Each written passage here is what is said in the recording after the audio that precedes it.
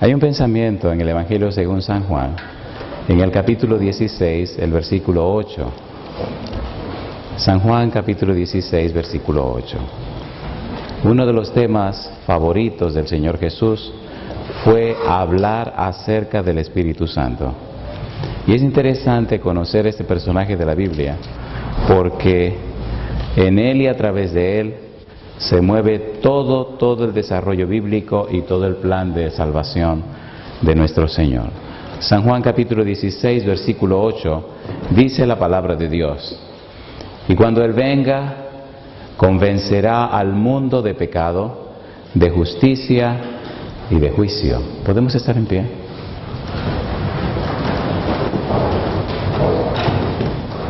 Querido Padre Celestial, gracias por la oportunidad de reunirnos en este lugar para estudiar su palabra.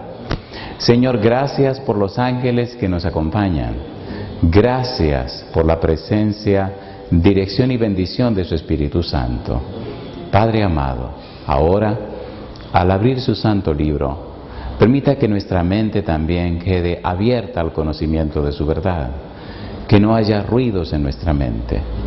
Haga posible, Señor, que el Espíritu Santo nos traiga palabra de vida para la vida eterna, y que esa palabra suya, esa palabra de poder, pueda cambiar y transformar nuestra vida. Señor, permita que desde ahora y para siempre haya una relación más estrecha entre usted y nosotros a través de su Espíritu. Que nuestra mente sea habilitada y capacitada por su gracia para entender y comprender sus misterios, y que nuestra vida sea el testimonio fiel ante todo el universo de la verdad salvadora y redentora en Cristo Jesús. Diríjanos, Señor, y cuídenos, acompáñenos y protéjanos. Lo pedimos en el nombre de Jesús. Amén, Señor. Amén. Es bueno saber que hay una obra que debe hacer cada cristiano, cada creyente, cada persona que dice conocer y entender al Señor Cristo Jesús. Y es bueno saber también que esa es una obra que trasciende. La idea de habilitar a la Iglesia con el don del Espíritu Santo es asegurar el cumplimiento de la voluntad de Jesús. Por ejemplo, hay un pensamiento curioso en el libro de Efesios capítulo 3, versículo número 10. Veamos Efesios capítulo 3, versículo 10, y vamos rapidito porque hay muchas citas de la Biblia que tenemos que leer. Efesios capítulo 3, versículo 10. Me fascina este versículo porque es profundo, y tan profundo que no se alcanza a entender la magnitud de su profundidad. Dice el versículo 10, para que la multiforme sabiduría de Dios sea ahora dada a conocer por medio de la Iglesia a los principados y potestades en los lugares celestiales. La Iglesia existe con una misión que trasciende la tierra. La misión de la Iglesia es dar a conocer a los principados y a las potestades en todo el vasto universo el conocimiento del misterio de Dios. En el capítulo 3 del libro de Efesios, el apóstol Pablo habla del misterio y dice que a él le fue revelado ese misterio, y expresa que ese misterio es el Evangelio de la salvación, y añade que la Iglesia tiene la santa y maravillosa tarea de dar a conocer este misterio a los principados y a las potestades en los lugares celestiales. Trasciende el trabajo de la obra misionera. Va más allá del simple hecho de predicar el Evangelio de salvación a los seres humanos. Va más allá del simple hecho de hacer una predicación en la tierra, sino que tiene que ver con todo el vasto universo. Lo bueno de esto es que no se trata de la predicación de una palabra o de un conjunto de palabras o la presentación de un argumento. Ni siquiera se trata de la explicación o presentación de una doctrina.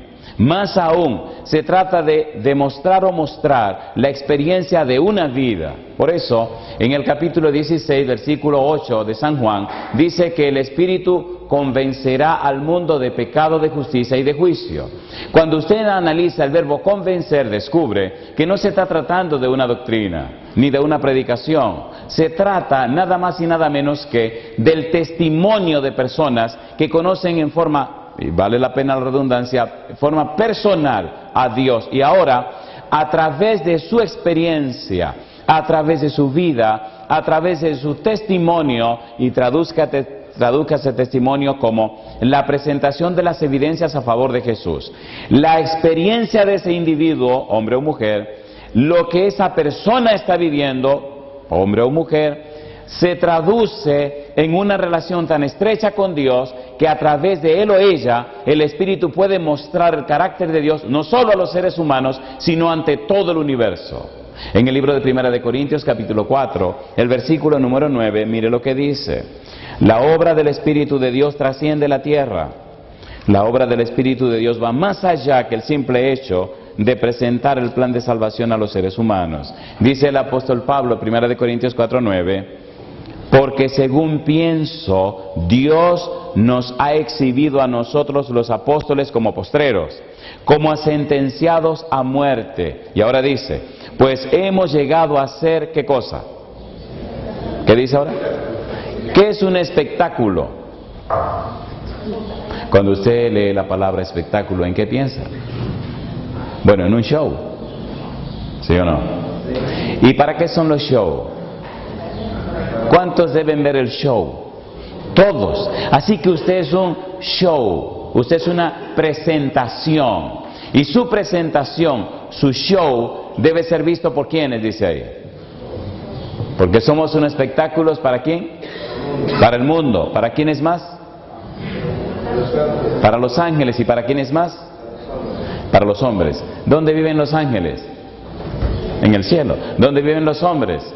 En la tierra. ¿Y por qué dice para el mundo? ¿Por qué dice para el cosmos? La idea de Dios, el anhelo de Dios, el propósito de Dios con los seres humanos es dar a conocer su carácter. No solo a los hombres, sino también a los ángeles. No solo a los ángeles, sino a todo el universo. La idea entonces es mostrar los perfiles, las características, las bellezas, definir y mostrar el carácter de Dios en sus criaturas, no solo en la tierra, no solo a los ángeles, sino ante todo el universo. Cuando nosotros estudiamos detenidamente y cuidadosamente la Biblia, descubrimos que el hombre y la mujer fueron hechos a imagen y semejanza de Dios. Significa que mostraban las bellezas del carácter de Dios. Y Dios nunca ha cambiado su plan.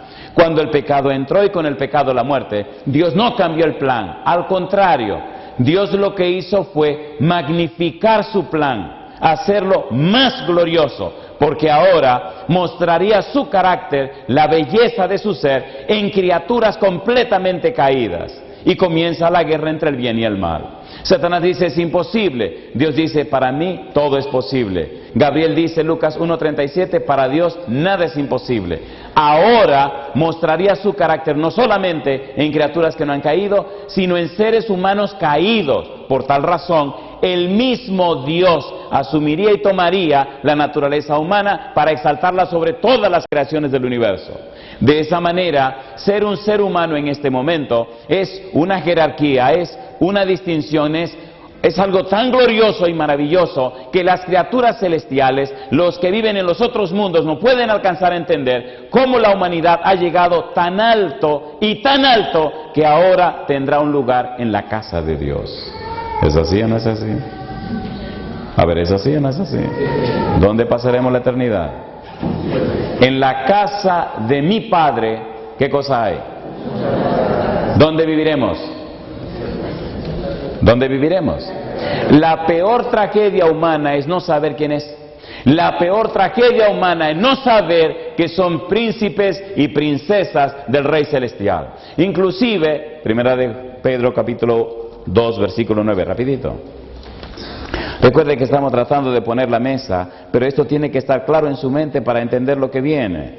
Primera de Pedro 2:9. El apóstol Pedro escribe y dice, mas vosotros, ¿qué cosa? Mas vosotros, ¿cuándo somos linaje escogido? ¿Cuándo somos real sacerdocio? ¿Cuándo somos una nación santa? ¿Cuándo somos un pueblo adquirido por Dios? ¿Y cuándo debemos mostrar las virtudes de aquel que nos llamó de las tinieblas a su luz admirable? ¿Cuándo? ¿Cuándo? Nosotros somos templos ¿de quién? ¿Quién mora en nosotros? El Espíritu de Dios. ¿Cuál es el propósito que el Espíritu de Dios mora en nosotros? Reflejar la imagen y la semejanza de Dios. Por eso, cuando Jesús se va de la tierra, San Juan 14, 15 y 16, habla del don del Espíritu Santo. La manera como el Espíritu Santo convence de pecado es a través de tu testimonio. La forma como el Espíritu convierte a los pecadores es a través de tu testimonio. ¿Cómo?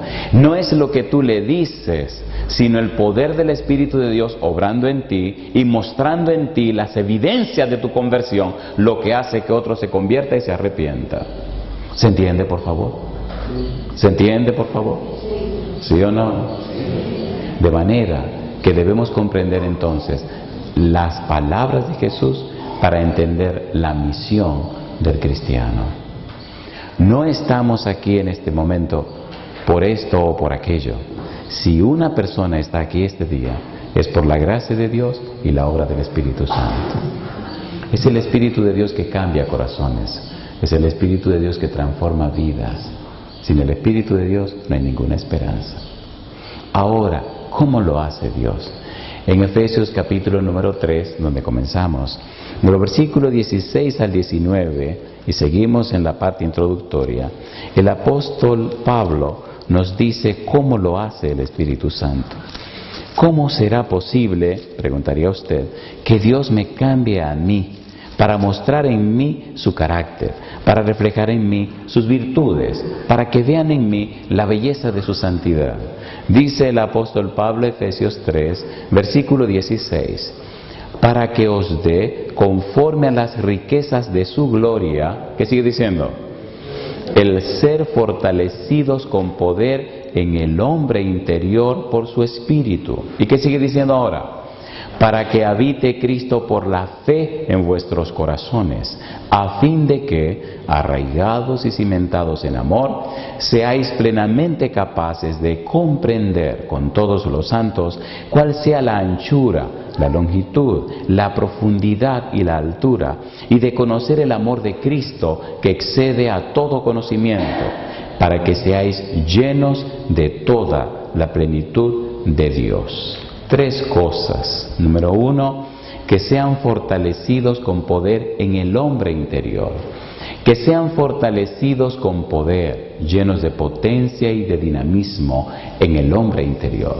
Que esa potencia y ese dinamismo cambie, transforme y fortalezca tu ser interior. Cambie y fortalezca tu ser intelectual y tu ser espiritual. Que tu mente, tu voluntad y tu conciencia sean tan fortalecidos, sean tan habilitados, sean tan llenos de dinamismo, que tu vida se convierta en un poder que cambia, transforma la vida de aquellos que te conocen. No es necesaria la palabra, no es necesario pronunciar sonidos, solamente vive la vida cristiana, solamente deja que el Espíritu te cambie y te transforme, y tu sola presencia tocará el corazón de la gente. Hay una iglesia en Austin, en Texas. Austin es la capital de Texas, y hace algunos años, en el 2002, nos invitaron a dar una conferencia en esa iglesia. De Ángel se llama el anciano que se contactó con nosotros y empezamos a hacer los arreglos para la campaña. Le dije, mira, vamos a hacer lo siguiente, vamos a establecer una comisión de oración y vamos a establecer días para orar y ayunar. Y le dije cómo tenía que hacerlo. Así comenzaron 2 meses antes de la campaña a preparar la iglesia y a los hermanos para el evento. Hizo exactamente como hablamos. Llegó el día y entonces vinimos a la iglesia. Empezó la campaña. La campaña fue una experiencia tan maravillosa que, a pesar de que era una iglesia no grande, porque no tenía muchos miembros, el edificio sí era grande. Esa semana fue gloriosamente hermosa y bautizamos muchas personas. Ahora, mire qué cosa interesante. Cuando terminábamos de predicar, había tanta gente que quería entrevistarse que teníamos que quedarnos en la oficina de la iglesia hasta las 11, 11:30, 12 de la noche. Las reuniones eran de 7:30 a 9 de la noche. Y una noche habían unas 18 personas haciendo la fila. Atendimos 17 y el número 18 era este jovencito que venía no con propósito de asuntos religiosos, sino venía de una manera desafiante. Recuerdo que cuando él entra, le digo, ya eran casi las 12 de la noche, lo saludo, me saluda con una actitud un poco violenta y agria. Digo, ¿quién será este muchacho? Bien, entra, se sienta, yo me siento también, le digo, ¿podemos orar? Y me dice, sí. Y entonces me dice, puede orar todo lo que usted quiera. Digo, oh. Y esa mojiganga de que yo voy a llorar, yo no voy a llorar nada. Lo miro y me sonrío. Le digo, siga ahí entonces. Dice que yo oigo que cuando usted ora, que la gente llora, yo le demostraré a mi hermano que yo no voy a llorar nada. Es un relajo. Óyete, y le digo, no, pero siga. Yo estoy cansado, estoy hambriento, y viene a insultarme, justo antes de irme a la cama. Y digo, bueno, siga. Y dijo otras cosas más que yo no se las voy a decir. Y entonces se me encendió la vida. Y le digo, ok, pues venga, vamos a orar. Oramos, y vamos a arrodillarnos. Nos arrodillamos. Y me arrodillé al lado del muchacho y le eché el brazo. Y se quedó tranquilo. Y dije, bueno, Señor, aquí tiene uno. Aquí tiene este muchacho que viene con una actitud desafiante. Recuerde, Señor, que este lío no es mío. Yo no vine a esta cuestión, fue usted que me llamó. Y empecé a pelearle al Señor delante del muchacho. Así que este tipo lo que esté peleando con usted, yo jamás quería ser pastor. Y yo se lo dije a usted muy claro. Yo quería estudiar medicina, ser un médico y ayudar a la gente. Pero mira cansado, estoy cansado, tengo hambre, tengo sueño, y mira cómo termina el día. Este tipo insultándome. ¿Pero cómo es esto, Señor? Entonces el tipo está confundido porque estoy peleándole a Dios, pero lo tengo agarrado. Y yo siento como que me mira, como que abre los ojos y me mira como que me dice, pero de esto no es que estamos hablando. Y entonces le dije, Señor, a este hay que partirle el corazón. Y empecé a orar, empecé a llorar yo primero. Al rato empieza el tipo a estremecerse, empieza el tipo a sollozar, y de repente, como cuando usted toma un muchacho y le da una buena pela, ¿saben lo que es una pela? Empieza a llorar, pero a llorar sí, con su sollozo y su cosa. Y digo, nada más dice en mi mente, coge ahí, bandido, para que siga. Terminé de orar y el tipo llora y grito y llora. Y me preocupé porque entonces la gente afuera ve que nos salimos. Y viene el diácono y mira y nos ve los dos ahí arrodillados y viene y pregunta y me dice, pastor, pasa algo. Y el tipo aquí está llorando. Le digo, llámate al hermano de este muchacho. Y viene el hermano, y cuando el hermano lo ve llorando, entonces el hermano se pega a llorar también y viene y se le tira y se agarra. Yo te lo decía, yo te lo dije a ti. Escucha la historia de este muchacho. Escucha la historia de este muchacho. A mí me alegra la iglesia de ustedes porque no veo reloj por ninguna parte. Perdón, ya lo vi. Sí, está allí a la esquina, a la izquierda. Le dije, bueno, hasta que el Señor diga, hasta que el Espíritu diga, pero parece que ya el Espíritu dijo que hay un reloj allí. Escucha la historia de este jovencito, y bueno, si el tiempo se termina, que se acabe, mañana total seguimos, ¿verdad? Este muchacho no vino a la iglesia, lo trajo el Señor. Cuando él comenzó, bueno, ese día no se le pasó la cosa, fue al otro día que empezó a contarme. Cuando él era un jovencito trabajaba en una pollera. ¿Saben lo que es una pollera? Bueno, en esta pollera vendían pollo. No, lo que pasa es que hay una amiga mía por aquí que me dice que a las faldas aquí le llaman pollera. Nada más por si acaso, no eran faldas, eran pollos. Y esa madrugada, siempre en las madrugadas en la pollera preparaban los pollos, lo ponían en un triciclo y él lo llevaba a los lugares, las personas le pagaban y él traía el dinero, pero era tempranito en la madrugada, porque las polleras preparaban los pollos y lo llevaban a los puestos de venta de pollo para que los vendedores, bueno, ustedes se saben el relajo ese, entonces vendían los pollos. Cuando el muchacho regresa con todo el dinero de la venta de esos pollos, pensó, se quita uno de los tenis, se quita las medias y se pone las medias y debajo en la planta de los pies ahí abajo, se pone el dinero, se pone sus tenis y arranca. Compadre, había 5 tipos esperándolo en el camino. Escuche por favor, había 5 personas esperándolo en el camino. Un muchachito de unos 13, 14 años. El primero, el que se puso en medio del camino, tenía una pistola y el muchacho lo conocía. El muchacho se detiene, le dice, ¿qué ustedes quieren? Y el de la pistola le dice, dame el dinero que te pagaron de los pollos. Y él le dice, a mí no me pagaron ningún dinero. Y entonces el de la pistola le dice a otro, regístralo. Bueno, y lo registraron y no encontraron nada. ¿Qué pasa? Que el muchachito era adicto a ver, dije, Kung Fu y esa tontería. Y él cree que él puede con estos 5 caballeros.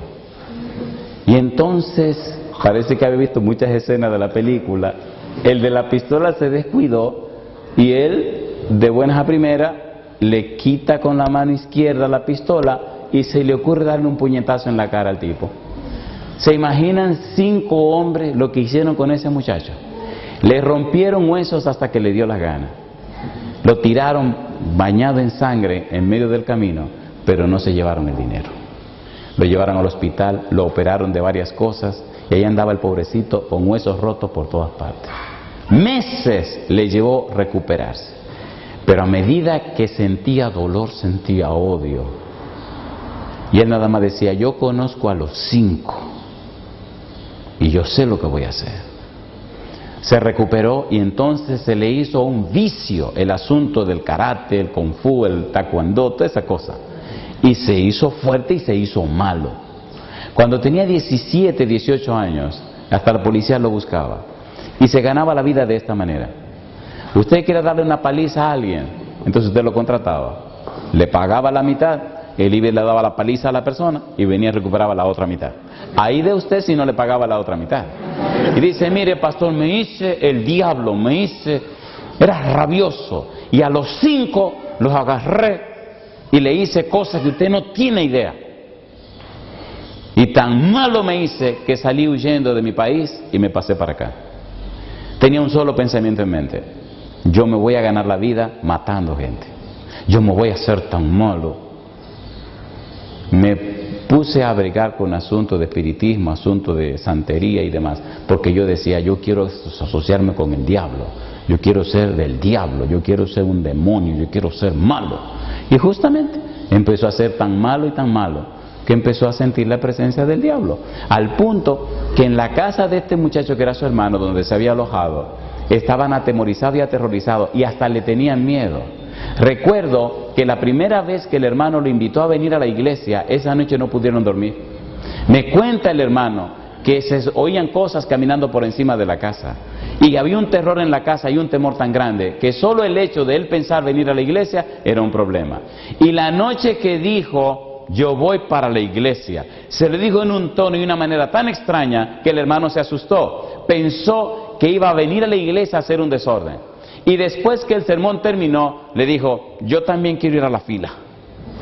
Dice, pastor, yo tenía miedo de que en la fila, de último se colocó, él iba a entrar para golpearlo. Digo, ¿a quién? ¿A mí? Dice, sí. Digo, porque se ponga de loco, el ángel que ya anda conmigo se sabe todas las artes marciales y lo parte por la mitad. Ustedes se están riendo, pero en serio que se lo estoy diciendo, ¿eh? En serio, los ángeles se las saben todas. No es una ni dos las veces que Satanás ha intentado quitarme la vida. Pero el ángel de Jehová acampa en derredor de los que le temen. ¿Y qué cosa? Asegúrese de temer a Dios para que el ángel lo defienda. En derredor de los que le temen, no en derredor de todo el mundo. Usted tiene su ángel guardián, pero si usted quiere que lo defienda, aprenda a temer a Dios. Fin de la historia. El tipo vino y entonces él mismo me contó la historia del asunto que había pasado en México, me contó cómo había venido al país, me contó su experiencia con el asunto del espiritismo y también me contó cómo al ver a su hermano tan cambiado sintió ese deseo de venir a la iglesia, pero había algo que no lo dejaba, hasta que por fin vino a esa conferencia. Y aquí viene la cosa linda. Él me decía, cuando usted decía que oraba por las personas y las personas lloraban, yo dije, por favor. Y entonces me cuenta, cuando usted empezó a pelear con Dios y a decirle a Dios que usted no vino a esto, sino que Dios lo llamó, a mí me empezó a pasar algo raro. Yo empecé a sentirme como culpable. Y empecé a sentir como que algo estaba ocurriendo con la vida mía.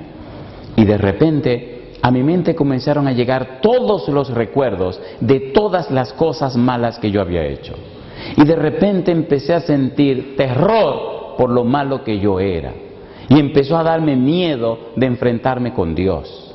Y empecé a sentir un dolor tan profundo en mi corazón por haber sido tan malo que empecé a llorar. Y después no podía parar de llorar. Y entonces me pregunta, pastor, ¿usted cree que me pueden bautizar? Mi mamá es adventista. Yo era adventista cuando era niño. Mis hermanos son de la iglesia. Pero yo me fui todos estos años por lo que ya le conté. Pero yo quiero que usted me bautice, pastor. Y bueno, amigo mío, las personas se bautizan en el nombre del Padre, del Hijo y del Espíritu Santo. A mí no me dieron lugar en ese trío. Así que usted no tiene que bautizarse conmigo. El que está el pastor lo puede bautizar. De hecho, en ese momento esa iglesia no tenía pastor porque habían mandado un nuevo pastor, porque el que había se había ido para otro lado. Bueno, es otra historia. Pero el pastor que llegaba no había llegado. Y llegó el sábado.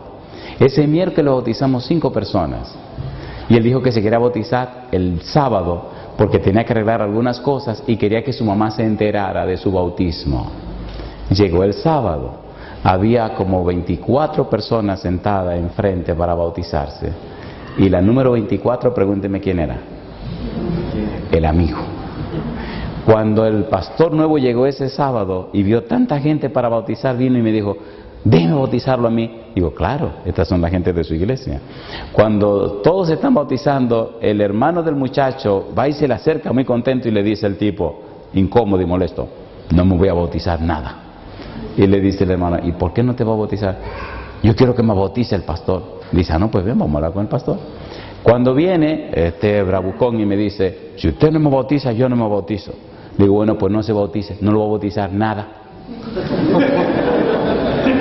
Dice, no, pero yo quiero que sea usted. Digo, aquí no es como usted le dé la gana, aquí es como dice la regla. Esté tranquilo, ¿qué le pasa a usted? Dice, no, pero que yo quiero que sea usted. Digo, yo no soy yo, es el pastor de la iglesia, yo me voy aquí mañana. Y usted se queda aquí con su pastor, esté tranquilo. No, pero que, mire, óigame bien. La gente se bautiza en el nombre del Padre, del Hijo y del Espíritu Santo. La gente son miembros de la iglesia. Yo solamente vine aquí a predicar. Yo me voy.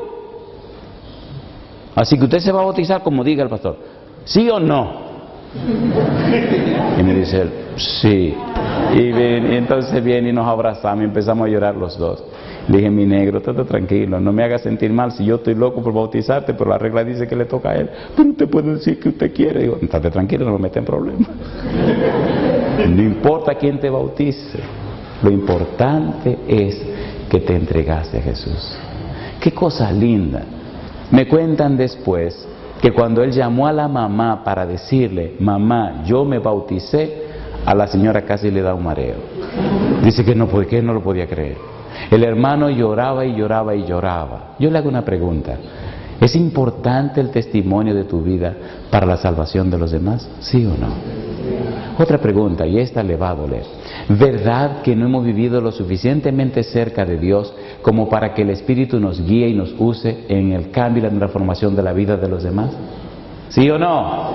¿Verdad que hemos creído que predicamos el Evangelio cuando le arremangamos 28 doctrinas a una gente por la cabeza? ¿Sí o no? Y nos hemos hecho, dije que esta le va a doler, nos hemos hecho tan irresponsables que creemos que trayendo a una gente a que oiga a un predicador estamos cumpliendo nuestro propósito. ¡Mentira!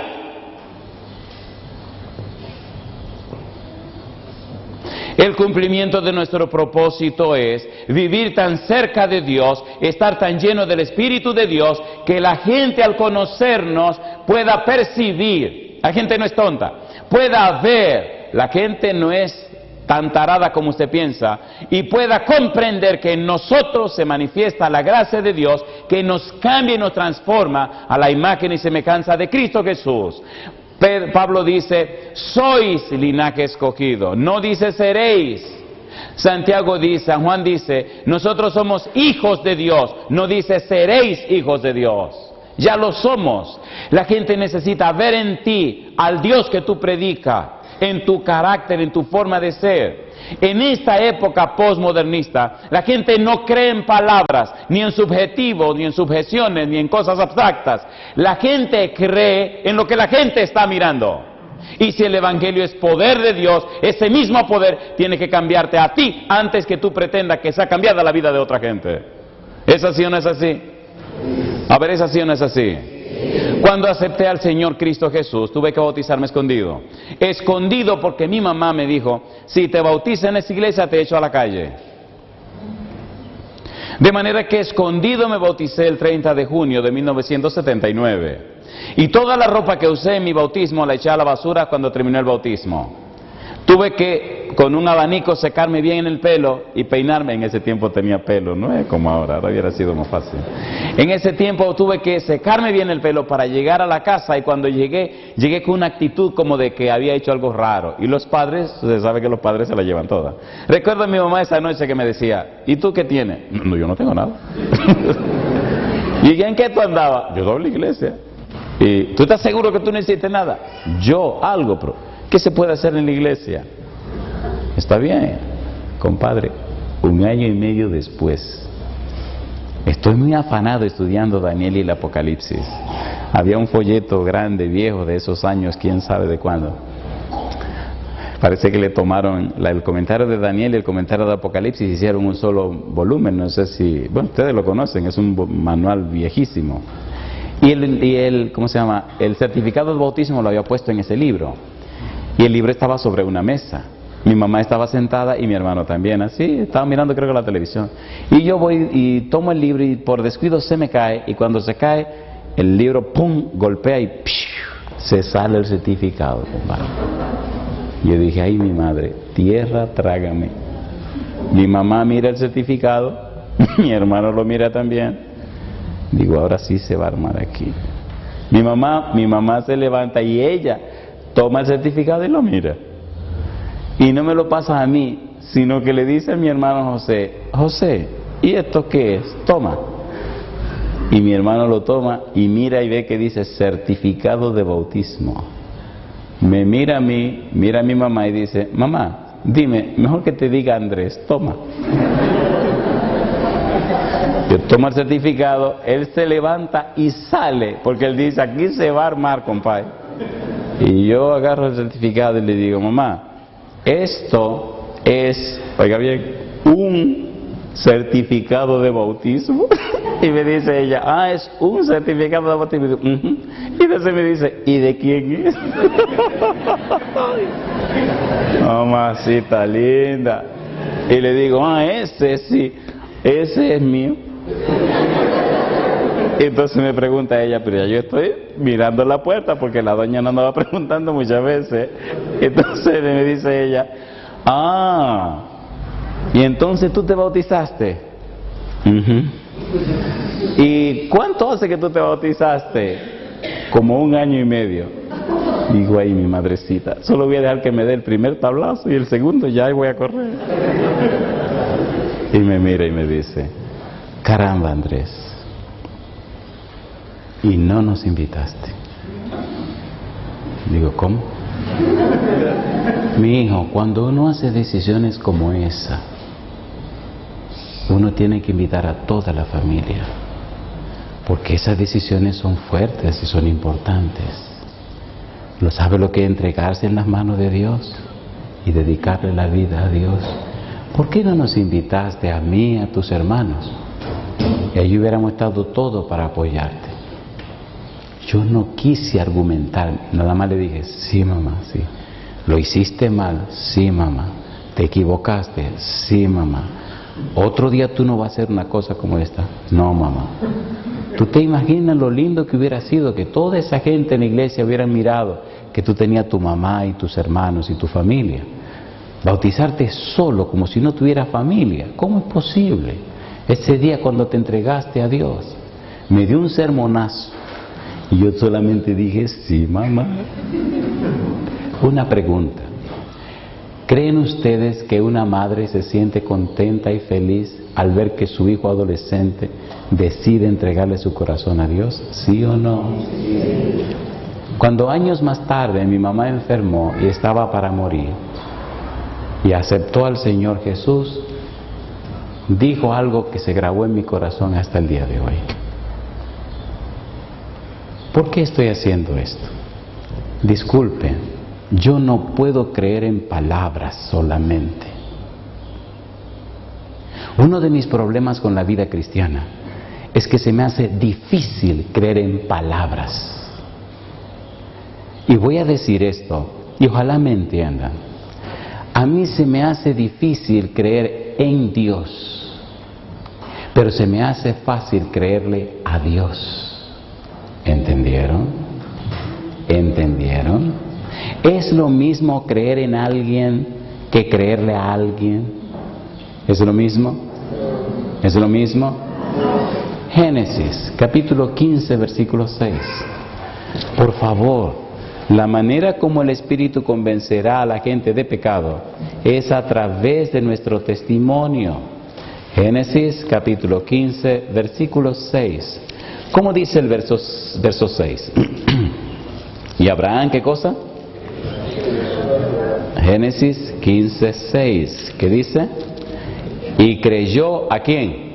A Jehová. ¿Y qué dice? Y le fue contado por justicia. ¿Abraham creyó en Jehová o Abraham creyó a Jehová? A Jehová. Usted no puede creer en alguien si primero no le cree a alguien. Lo voy a traducir. Yo no puedo creer en una persona si primero no conozco a esa persona. ¿Cierto o falso? A ver, ¿sí o no? Necesito conocer a la persona para entonces creer en la persona.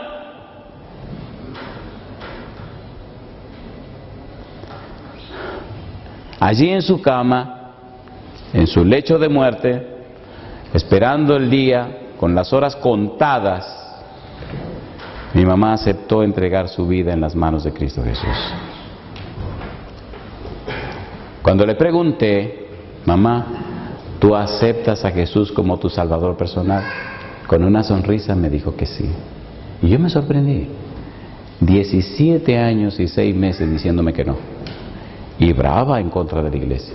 Y ahora me dice que sí. Dije, ¿tú me estás entendiendo la pregunta? Me dice, sí. Mamá, ¿tú aceptas a Jesús como tu Salvador personal? Sí. Oye, déjame ver si es verdad que me está entendiendo. Mamá, ¿tú aceptas al diablo como tu Salvador personal? No, al diablo no. Yo acepto a Jesús. Y entonces le digo, pero ¿y por qué ahora me dices que sí? Y tantos años me dijiste que no. Y empecé a llorar. Ella está en una cama con una cirrosis hepática por un medicamento que le destruyó el hígado. Tiene el vientre tan grande que no puede moverse de la cama. Hay que moverla y tiene un dolor tan intenso y tan inmenso que es una cosa espantosa porque el hígado se le estaba desbaratando. Y en medio de su dolor aceptó al Señor Jesús. Y ahora me dice, yo tengo muchos años mirándote y buscando razones para no creer. Y haciendo cosas para no aceptar lo que tú crees. Pero en el dolor, en este sufrimiento, he podido ver todo lo que ha sido tu vida, mi hijo. Tú eres el más pequeño de mis hijos. Abrazaste esa cuestión de la religión con todo tu corazón. A pesar de que yo intenté hacerte cometer cosas y hacer errores, no lo hiciste. Y ahora yo acepto lo que me estás diciendo, porque yo he visto cómo tú has vivido lo que estás viviendo. Yo le hago una pregunta a usted. Cuando mamá murió, cuando hice el funeral de mi mamá, cuando prediqué en el funeral de mi mamá, cuando la llevé al cementerio, ¿usted cree que yo estaba infeliz o estaba feliz? Los muertos en Cristo. Y yo le hago una pregunta. ¿Se imagina que me hubiera acostado con un par de muchachas en la iglesia? Y era fácil hacerlo. ¿Se imagina que me hubiera dado una emborrachada? ¿Se imagina que hubiera hecho una cosa u otra? ¿Ustedes me están entendiendo? ¿Qué hubiera pasado con mi mamá? Era brava como el diablo. Bueno, yo no sé si el diablo es bravo porque ante Jesús sale huyendo, pero lo que estoy diciendo es que era violenta la señora. Yo le garantizo que si mi vida hubiera sido la vida de un sinvergüenza, mi mamá se pierde. Y yo te pregunto, ¿vale la pena ser fiel? A ver, ¿sí o no? Sí. ¿Vale la pena hacer los arreglos necesarios? ¿Es importante el testimonio de nuestra vida? ¿Nos está mirando la gente? ¿Quiénes nos están mirando? Nos están mirando los hombres, nos están mirando los ángeles y nos están mirando todas las criaturas del universo. Aunque no lo creas, querido, cuando lo hiciste, te estaban mirando. ¿O no? No me gustaba cuando mi mamá me decía, te estabas echando. A mí me gustaba mucho el dulce. Y mi mamá hacía un flan. Ya no se preocupen, yo no quiero flan. Es que hice esta historia en una isla francesa y una señora creyó que yo quería flan. Y oiga qué cosa rica, al otro día se aparece con un flan con coco por arriba. Y me dice, lo hice grande para usted solo. Y yo me lo creí. Oye, me llegué esa noche al apartamento. Estaba en un apartamento de lujo, una chulería. Un apartamento arriba en una montaña, se llama Bac de Four. Y desde allá arriba se veía abajo toda la marina. Se veían los cruceros cuando llegaban a esa isla. Es una isla turística. Y esos barquitos de vela, ¿han visto esos barquitos de vela que tienen una velita blanca? Había cientos de esos barquitos allá abajo, pero un lugar precioso y un ventanal inmenso que tenía ese apartamento donde me alojaron para la campaña. Y cuando yo llegué esa noche, recuerdo que llegué tan nervioso por el flan que empecé, come flan, come flan, come flan. Y cuando me comí la mitad del flan, ya ustedes saben lo que podía pasar, el flan como que también se quería devolver. Uy, hasta el olor me molestaba. El otro día le traje el asunto a la iglesia y dije, al primero que encuentre le doy la mitad del flan. Pero en la época de mi mamá, era un pedacito así que me daban. Y entonces, como le daban un pedacito a cada cual, el resto lo ponían en la nevera. Cuando todo el mundo se descuidaba, yo iba a recortar el flan para que los lados se vean derechitos, porque a veces mamá cortaba así o cortaba. Entonces yo tímidamente iba recortando el flan para que todo se viera parejito, porque es bueno que tenga simetría, compadre. Y ahí lo iba recortando. Y mi mamá me dice, ¿qué hago? Pues ya sabía que para allá iba. Y me daban mis tablazos. Siempre me molestaba que me dijeran, te estoy acechando. Pero crecí. Y gracias a Dios aprendí la lección. Mi pregunta para usted, ¿nos están mirando sí o no? ¿Se imagina usted que al final de los tiempos alguien le diga, me perdí por tal o cual cosa que tú hiciste? ¿Se imagina usted como padre que al final de los tiempos la razón por la que su hijo se puso rebelde y se perdió fue porque se dio cuenta que usted era un mentiroso y un falso? ¿Se imagina ese día cuando el Señor venga, que lo perdonó a usted, que usted ascienda, recibe una nube de los cielos y el hijo suyo se quede abajo? ¿Cómo se sentirá usted ese día? ¿No les parece que hoy es un buen día para empezar a arreglar las cosas? ¿Sí o no? A veces como padres somos tan orgullosos que no nos atrevemos a decirle al hijo, perdóname, me equivoqué. Y no se dan cuenta que somos más grandes delante de nuestros hijos cuando somos genuinos y somos sinceros y somos auténticos. Esa sinceridad, esa autenticidad, esa manera de ser genuinos nos hace más grandes delante de aquellos que nos conocen. Y esa es la forma de predicar el Evangelio. Y esa es la manera que el Espíritu Santo tiene de convencer a la gente de pecado, de justicia y de juicio. Dejémonos de tonterías.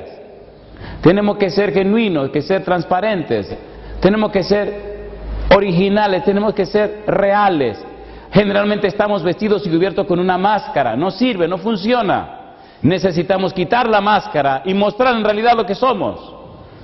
Pedir perdón a Dios y nos perdonará. Y pedir perdón a la gente. Y el Señor cambiará nuestra vida y la usará para bendición de los demás. Le hago una pregunta difícil para terminar. ¿Verdad que necesitamos reparar cosas en nuestra vida? ¿Sí o no? ¿Verdad que no hemos sido lo que debimos ser? Ni hemos inspirado en los demás lo que debimos inspirar. ¿Es así o no es así? ¿Verdad que eso ha afectado a nuestros hijos, nuestra familia y nuestros amigos? ¿Sí o no? ¿Sí o no? Me vienen tantos recuerdos a la mente que mejor dejémoslo ahí porque el tiempo se me acabó. Ojalá mañana podamos compartir algunas cosas. Entonces el punto es este: el Espíritu Santo convence de pecado, de justicia y de juicio a través de tu testimonio. Está esperando que tú le des la oportunidad de cambiarte, de transformarte, convertirte en una persona nueva y cambiada, de hacer de ti un poder para la gloria de Dios. Si quieres en esta hora decirle sí al Espíritu para que empiece ese trabajo en tu corazón, en tu mente y en tu ser, ponte en pie conmigo, por favor. Entre nosotros hay una persona que conocí anoche. Y la verdad que me siento muy orgulloso de este joven. Se llama Adrián. Yo sé que Adrián es tímido, pero anoche conocí a Adrián por primera vez. Vino a escuchar la predicación y le lancé el desafío.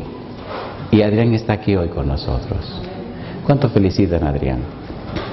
Imagínense un muchachito tan joven, 5 de la mañana, en una iglesia. Yo doy gloria a Dios por este muchacho. ¿Quién sabe, Adrián, si hoy comienza la historia de tu vida? ¿Ustedes me dejan orar por Adrián? Adrián, ¿me deja orar por ti? ¿Tú te atreves a venir conmigo para que oremos juntos? Dios bendiga a este muchachito. Adelante, mi hijo. ¿Ustedes felicitan a mi amigo Adrián? Como Adrián hay muchos en Santa Fe, solamente esperando que ustedes den un buen testimonio para ellos venir y conocer a Jesús. Querido Padre Celestial, gracias por este día tan hermoso que nos concede. Aquí está Adrián, Señor, un jovencito temeroso de usted, que necesita conocerle más. Él quiere saber no acerca de usted, él quiere conocerle a usted, Señor. Y por tal razón vino hoy a las 5 de la mañana para escuchar su palabra.